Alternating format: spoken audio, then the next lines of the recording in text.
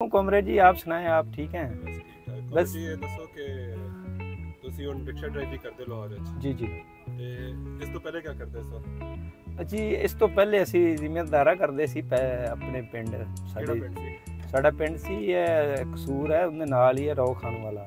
ਪਹਿਲੇ ਉਹਨੂੰ ਰੁੱਖਾਂ ਵਾਲਾ ਕਹਿੰਦੇ ਸੀ, ਹਾਂ ਰੁੱਖਾਂ ਵਾਲਾ, ਬਾਅਦ ਚ ਰੌ ਖਾਨ ਵਾਲਾ ਹੋ ਗਿਆ ਉਹ, ਕਿਉਂਕਿ ਉੱਥੋਂ ਦਾ ਇੱਕ ਐਮਐਨ ਸੀ, ਉਹਨੇ ਆਪਦੇ ਨਾਂ ਤੋਂ ਫਿਰ ਉਹਨੂੰ ਗਾਉਂ ਤਬਦੀਲ ਕਰ ਲਿਆ। ਤੋ ਬੇਸਿਕਲ ਅਸੀਂ 2018 ਵਿੱਚ ਜਿਹੜਾ ਨਾ ਲਾਹੌਰ ਸ਼ਿਫਟ ਹੋ ਗਿਆ। ਉਸ ਤੋਂ ਪਹਿਲੇ ਵੀ ਬੇਸਿਕਲ ਅਸੀਂ ਇੱਥੋਂ ਦੇ ਸੀ ਲਾਹੌਰ ਦੇ ਹੀ, ਫਿਰ ਸਾਨੂੰ ਉੱਥੇ ਜਾਣਾ ਪਿਆ ਰੋਜ਼ੀ ਵਾਸਤੇ, ਫਿਰ ਰੋਜ਼ੀ ਵਾਸਤੇ ਵਾਪਸ ਆਉਣਾ ਪਿਆ। ਤੋ ਇਸ ਤਰ੍ਹਾਂ ਦੀ ਬਸ ਜ਼ਿੰਦਗੀ ਗੁਜ਼ਰ ਰਹੀ ਹੈ। 2018 ਵਿੱਚ ਰਿਕਸ਼ਾ ਲਿਆ ਸੀ? ਨਹੀਂ, ਰਿਕਸ਼ਾ ਮੈਂ ਲਿਆ ਸੀ 2019 ਚ। ਉਸ ਤੋਂ ਬਾਅਦ ਜਿਹੜਾ ਉਹ ਉਦੋਂ ਦਾ ਚੱਲ ਰਿਹਾ 2019 ਤੋਂ ਬਾਅਦ, ਤੋ ਉਦੋਂ ਦਾ ਬਸ ਰਿਕਸ਼ਾ ਹੀ ਚਲਾ ਰਹੇ ਹਾਂ।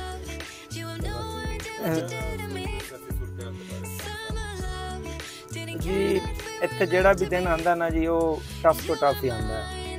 ਉਹ ਪਹਿਲੇ ਜਿਹੜਾ ਸਾਡਾ ਗੁਜ਼ਾਰਾ 1000 ਚ ਹੁੰਦਾ ਸੀ, ਅੱਜ 3000 ਤੇ ਪਹੁੰਚ ਗਿਆ ਇੱਕ ਦਿਨ ਦਾ। ਤੋ ਮਹਿੰਗਾਈ ਇਤਨੀ ਇੱਥੇ ਹੈ ਕਿ ਜਿਹੜੀ ਵੀ ਗੌਰਮੈਂਟ ਇੱਥੇ ਆਉਂਦੀ ਹੈ ਉਹ ਵੱਧ ਤੋਂ ਵੱਧ ਹੀ ਆਉਂਦੀ ਹੈ। ਵੀ ਉਹ ਕਿ ਨਾ ਪਹਿਲੇ ਕਿ ਨਾ ਜੇ 1 ਰੁਪਿਆ ਮਹਿੰਗਾਈ ਕਰਦਾ ਕੋਈ, ਤੇ ਜਿਹੜਾ ਦੂਸਰਾ ਆਂਦਾ ਉਹ 2 ਕਰਦਾ, ਜਿਹੜਾ ਤੀਸਰਾ ਆਂਦਾ ਉਹ 3 ਤੇ ਚੱਲ ਜਾਂਦਾ। ਕੋਈ ਇਸ ਤਰ੍ਹਾਂ ਕਰਕੇ ਇੱਥੋਂ ਦੇ ਜਿਹੜੇ ਹਾਲਾਤ ਨੇ ਬਹੁਤ ਹੀ ਬੁਰੇ ਨੇ।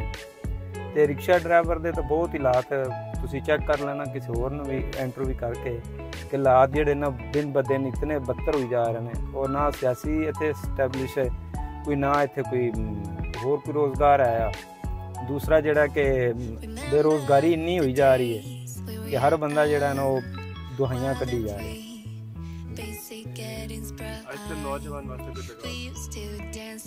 ਅੱਜ ਦੇ ਨੌਜਵਾਨ ਲਈ ਪੈਗਾਮ ਹੈ ਕਿ ਆਪਣਾ ਜਿਹੜਾ ਨਾ ਮੁਸਤਕਬਲ ਸਵਾਰਨ ਵਾਸਤੇ ਇੱਕ ਤਾਂ ਤਾਲੀਮ ਬਹੁਤ ਜ਼ਰੂਰੀ ਹੈ, ਕਿਉਂਕਿ ਨਾ ਕਿ ਤਾਲੀਮ ਕਿਸੇ ਕੋ ਹੋਵੇ ਤਾਂ ਕੋਈ ਨਾ ਕੋਈ ਉਹਨੂੰ ਨੌਕਰੀ ਮਿਲ ਜਾਂਦੀ ਹੈ। ਤੇ ਦੂਸਰਾ ਜਿਹੜਾ ਨੌਜਵਾਨਾਂ ਨੂੰ ਮੈਂ ਪੈਗਾਮ ਦਿੰਦਾ ਕਿ ਆਪਣੇ ਜਿਹੜਾ ਨਾ ਮਿਹਨਤ ਕਰਨ, ਰੱਜ ਰੱਖ ਕੇ ਔਰ ਜ਼ਿਆਦਾ ਤੋਂ ਜ਼ਿਆਦਾ ਮਿਹਨਤ ਕਰਨ, ਕਿ ਉਹਦੇ ਵਾਸਤੇ ਜਿਹੜਾ ਨਾ ਜ਼ਰੂਰੀ ਹੈ ਕਿ ਮਿਹਨਤ, ਜਿਹੜਾ ਪੜ੍ਹਾਈ ਦੇ ਵਿੱਚ ਮਿਹਨਤ ਕਰਨਾ ਨਾ। ਅੱਜ ਦੇਖੋ ਕਿ ਦੁਨੀਆ ਜਿਹੜੀ ਨੂੰ ਤਾਲੀਮ ਦੇ ਮੈਦਾਨ 'ਚ ਸਾਡੇ ਨਾਲੋਂ 100% ਅੱਗੇ ਲੋਕ, ਅਸੀਂ ਬਹੁਤ ਪਿੱਛੇ ਗਏ, ਕਿਉਂਕਿ ਉਹਦੀ ਵਜ੍ਹਾ ਤੋਂ ਹੀ ਸਾਡੇ ਇੱਥੇ ਬੇਰੁਜ਼ਗਾਰੀ ਹੈ। ਔਰ ਜਿਹੜੇ ਸਾਡੇ ਹੁਕਮਰਾਨ ਨੇ ਉਹ ਜਾਣ ਕੇ ਇੱਥੇ ਜਿਹੜੇ ਨਾ ਬੇਰੁਜ਼ਗਾਰੀ ਵੀ ਔਰ ਤਾਲੀਮ ਵੀ ਨਹੀਂ ਲੋਕਾਂ ਨੂੰ ਆਉਣ ਦਿੰਦੇ, ਜਾਣ ਬੁੱਝ ਕੇ। ਪ੍ਰਾਈਵੇਟ ਤਾਲੀਮ ਇਤਨੀ ਮਹਿੰਗੀ ਹੈ ਕਿ ਉਹ ਬੰਦਾ ਅਫੋਰਡ ਨਹੀਂ ਕਰ ਸਕਦਾ, ਤੇ ਸਰਕਾਰ ਦੀ ਜਿਹੜੀ ਤਾਲੀਮ ਹੈ ਉਹ ਇੰਨੀ ਜਿਹੜੀ ਉਹ ਲੋ ਕਿਸਮ ਦੀ ਹੈ ਔਰ ਇੰਨੀ ਗੈਰ ਮਿਆਰੀ ਹੈ ਕਿ ਉੱਥੇ ਤੁਸੀਂ ਜ਼ਿੰਦਗੀ ਬਸ ਗਵਾਉਣੀ ਹੁੰਦੀ ਹੈ ਔਰ ਉੱਥੋਂ ਕੋਈ ਹਾਸਲ ਨਹੀਂ ਕਰ ਸਕਦੇ। ਸਰਕਾਰੀ ਜਿਹੜੇ ਕਾਲਜ ਵੀ ਨੇ ਉਹਨਾਂ ਦੇ ਵਿੱਚ ਵੀ ਇਹ ਹਾਲਾਤ ਨੇ, ਗੁੰਡਾਗਰਦੀ ਵੀ ਹੈ, ਹੋਰ ਵੀ ਤਰ੍ਹਾਂ ਦੇ। ਤੇ ਪ੍ਰਾਈਵੇਟ ਜਿਹੜੀ ਤਾਲੀਮ ਉਹ ਜਿਹੜਾ ਮਾੜਾ ਬੰਦਾ ਉਹ ਅਫੋਰਡ ਨਹੀਂ ਕਰ ਸਕਦਾ, ਜਿਹਦੇ ਕੋਲ ਪੈਸਾ ਉਹ ਪੜ੍ਹਾ ਲੈਂਦਾ, ਜਿਹੜਾ ਦੂਸਰਾ ਬੰਦਾ ਹੈ ਉਹ ਵਿਚਾਰਾ ਬੈਠਾ ਰਹਿੰਦਾ। ਇਹ ਇੱਥੋਂ ਦੇ ਹਾਲਾਤ ਨੇ। ਮਜ਼ਦੂਰ ਕਿਸਾਨ ਪਾਰਟੀ ਦੇ ਮੈਂਬਰ ਵੀ ਜੀ? ਮੈਂ ਬਿਲਕੁਲ ਮਜ਼ਦੂਰ ਕਿਸਾਨ ਪਾਰਟੀ ਦਾ ਜੁਆਇਨ ਕੀਤੀ। ਮਜ਼ਦੂਰ ਕਿਸਾਨ ਪਾਰਟੀ ਉਹ ਜੀ ਬੜੀ ਲੰਮੀ ਕਹਾਣੀ ਹੈ ਉਹਦੇ ਪਿੱਛੇ, ਕਿਉਂਕਿ ਉਹ 2004 ਦੇ ਵਿੱਚ ਇੱਕ ਡੈਲੀਗੇਸ਼ਨ ਆਇਆ ਸੀ ਇੰਡੀਆ ਤੋਂ, ਤੇ ਮੈਂ ਉਸ ਤੋਂ ਪਹਿਲੇ ਮੈਂ ਹੋਰ ਇੱਕ ਜਮਾਤ ਦੇ ਵਿੱਚ ਸਾਂ।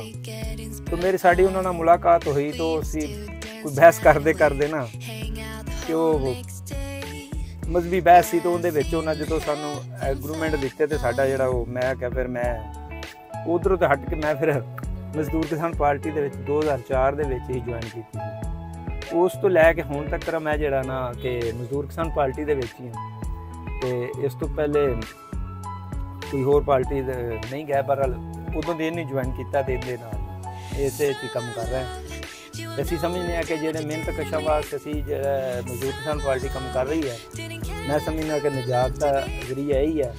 ਦੂਸਰਾ ਤੀਸਰਾ ਜੇ ਕੋਈ ਕਹਿੰਦਾ ਵੀ ਅਸੀਂ ਬੜੇ ਬਣਨੇ ਆ, ਵੀ ਅਸੀਂ ਨਿਜਾਤ ਕਰਾਂਗੇ, ਅਸੀਂ ਆਣ ਕੇ ਮਜ਼ਦੂਰਾਂ ਨੂੰ ਆ ਦਿਆਂਗੇ, ਜਾਂ ਜਿਸ ਤਰ੍ਹਾਂ ਹੁਕਮਰਾਨ ਪਾਰਟੀਆਂ ਨੇ ਉਹ ਵੀ ਇਹੀ ਕਹਿੰਦੀਆਂ ਨੇ ਕਿ ਅਸੀਂ ਬੜਾ ਕੰਮ ਕਰਾਂਗੇ, ਉਹ ਕੰਮ ਜ਼ੀਰੋ ਹੀ ਹੁੰਦਾ ਹੈ, ਪਰ ਉਹ ਨਾਰੇ ਉਹੀ ਮਾਰ ਰਹੇ ਨੇ ਇੰਜ ਦੇ। ਇਹ ਗੱਲ ਅਸੀਂ ਸਮਝਦੇ ਹਾਂ ਕਿ ਜਿਹੜਾ ਮਜ਼ਦੂਰ ਕਿਸਾਨ ਪਾਰਟੀ ਕੰਮ ਕਰ ਰਹੀ ਹੈ, ਜੇ ਉਹ ਜਦੋਂ ਵੀ ਆਪਦੀ ਪਾਵਰ 'ਚ ਆਏਗੀ ਜਾਂ ਉਹਦੇ ਕੋਲ ਪਾਵਰ ਹੋਏਗੀ, ਉਹ ਬਿਲਕੁਲ ਹੀ ਕੰਮ ਇਹੀ ਕਰੇਗੀ ਕਿ ਮਜ਼ਦੂਰਾਂ ਦਾ ਔਰ ਕੰਮ ਕਰੇਗੀ, ਔਰ ਦੂਸਰਾ ਉਹਨਾਂ ਦੀ ਫਲਾਹ ਬਹਬੂਦ ਵਾਸਤੇ ਕੰਮ ਕਰੇਗੀ। ਇਹ ਨਹੀਂ ਕਿ ਉਹ टाइमिंग के हिसाब से फिर पता चलता है। ਬਹੁਤ ਸ਼ੁਕਰੀਆ। ਓਕੇ।